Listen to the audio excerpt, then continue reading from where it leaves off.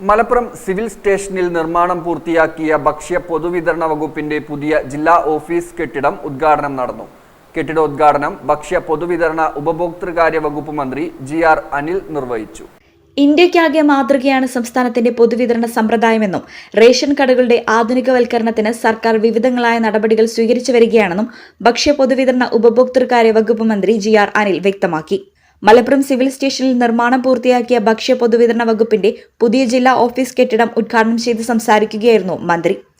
വിശപ്പ് രഹിത കേരളം യാഥാർത്ഥ്യമാക്കുന്നതിന് വലിയ നടപടികളാണ് സർക്കാർ കൈക്കൊണ്ടതെന്നും ഈ ഓണത്തിന് പൊതുവിതരണ ഔട്ട്ലെറ്റുകളിൽ എല്ലാ അവശ്യവസ്തുക്കളും എത്തിച്ചിട്ടുണ്ടെന്നും അദ്ദേഹം വ്യക്തമാക്കി. നീല വെള്ള കാർഡുടമകൾക്ക് റേഷൻ കടകൾ വഴി 10 കിലോ അരി കുറഞ്ഞ നിരക്കിൽ നൽകുമെന്നും സ്കൂൾ കുട്ടികൾക്ക് 5 കിലോ അരി നൽകുമെന്നും മന്ത്രി പറഞ്ഞു. റേഷൻ കടകൾ വഴി ഗ്രാമീണ മേഖലകളിൽ ഉൾപ്പെടെ എല്ലാ സേവനങ്ങളും ലഭ്യമാക്കുകയാണ് സർക്കാരിന്റെ ലക്ഷ്യമെന്നും അദ്ദേഹം കൂട്ടിച്ചേർത്തു. യോഗത്തിൽ P. ഉബൈദുള്ള MLA അധ്യക്ഷനായി. മലപ്പുറം നഗരസഭാ chairman Mujeeb Kaderi, ward councillor Sharif, rationing controller K. Ajith Kumar, ജില്ലാ supply officer CA Vinod Kumar, രാഷ്ട്രീയ പാർട്ടി പ്രതിനിധികൾ, വ്യാപാരി സംഘടനാ നേതാക്കൾ തുടങ്ങിയവർ സംസാരിച്ചു. പഠിക്കുന്നത് എംപയർ കോളേജിലാണെങ്കിൽ ജോലി വെറും സ്വപ്നമാകില്ല.